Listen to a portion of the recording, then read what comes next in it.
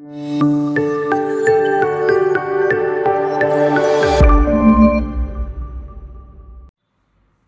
everybody, welcome to ASL, Ahmedabad School of Linguistics, and I'm your host A1 Goethe. So in today's video, we are going to talk about the A1 examination reading part. Okay, so I'm going to explain you what kind of questions you will come across, how many questions you will come across, and how to approach those questions. Okay, so let's get started.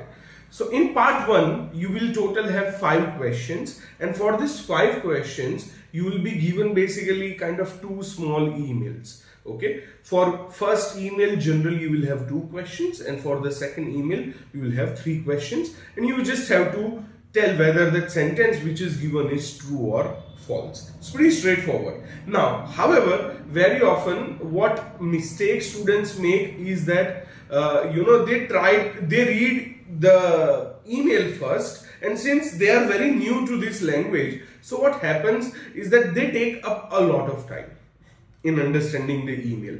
Okay, and then they try to read the question, they try to attempt the answer, and while while they read the question, okay, they just to be sure, just to double check, they read the email once again, and then they tick mark the answer. So basically what happens, they end up taking a lot of time. So what you should do, rather, according to me, you should read the question first. Don't read both the question, no need. Just read one question at a time, take one question at a time. You read the question, you understand the question properly.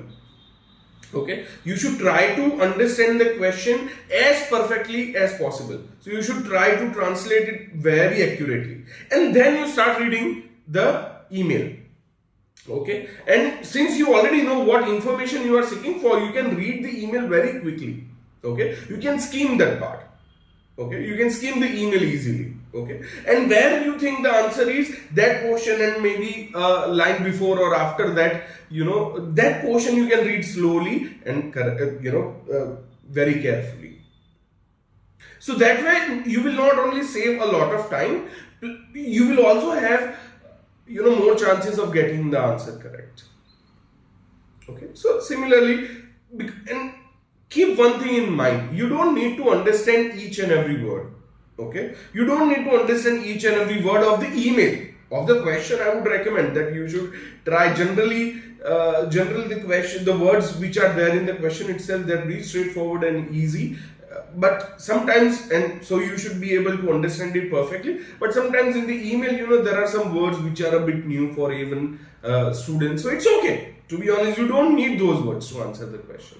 Okay. So don't worry about them, don't fret over them. I don't know this. Okay, so don't worry about it. Okay, chill. Okay. Most likely you don't need those words. Okay. Focus on the question. Focus which information you are looking for. Okay. And wherever some relevant information is there, that portion will always be easy, always be straightforward. Okay. So similarly, you will have all this question, and you have to just simply write whether the answer is true or false. Now, moving on to part 2. Part 2 is you want to do something. There is some information that you are seeking. Let's say that it's Saturday night, and or let's say it's Sunday night, and you want to go to some Chinese restaurant with your friends. Okay. And then you are given 2 options. Okay, there is the advertisement of restaurant A, then there is the advertisement of restaurant B. Okay, you have to choose which restaurant you will choose. Okay, so how to solve this kind of question? It's that you have to make conditions, from the question itself. So here the question is, it's Sunday night. So Sunday night, it's one question, Sunday. So whatever the restaurant that you are looking for should be open on Sunday evening. Okay, so that is first. Second, you want to go there with your friend. So that is to say they should also have, and you want to sit there. So that is to say they should also have the sitting arrangement. Okay, it should not be simply just takeaway restaurant. Okay, so now, and obviously it's a Chinese restaurant, so you are not looking for any restaurant. Okay, you are looking for a particularly Chinese restaurant. So these are the 3 conditions. Chinese restaurant, Sunday evening, and sitting arrangements. Okay, you should go there and you should sit there with your friends. Okay. Now, friend itself is not the condition here. It's not like there would be some restaurants which don't allow friends. Okay, which allow only couples. I think I've heard some of them, but no. Okay, so that cannot be the condition. Okay. So you have now two restaurants. Okay, and you see whichever restaurant fulfills all these three conditions, that's your answer. Okay. So once again, to summarize, whatever is the question, so how to solve part 2, you read the question properly, and from the question you decide what are the conditions, and whichever the option fulfills all those conditions, that is your answer. Moving forward to part 3. Part 3 is very much similar to part 1. It's just that in part 1 we had an email, and then based on one email we had either 2 to 3 questions, and we had to judge whether the sentence is true or false. Now in part 3 you would be given a small advertisement kind of thing, where there would be some information that it's the office is open, or the shop is open from this day to this day, this time to this time, and so on and so forth. It could be any kind of information. Okay, and then based on that there would be one sentence, and you have to judge whether the sentence is true or false. Okay. So once again the method remains same. You read the question first. You don't read the information first. You read the question first.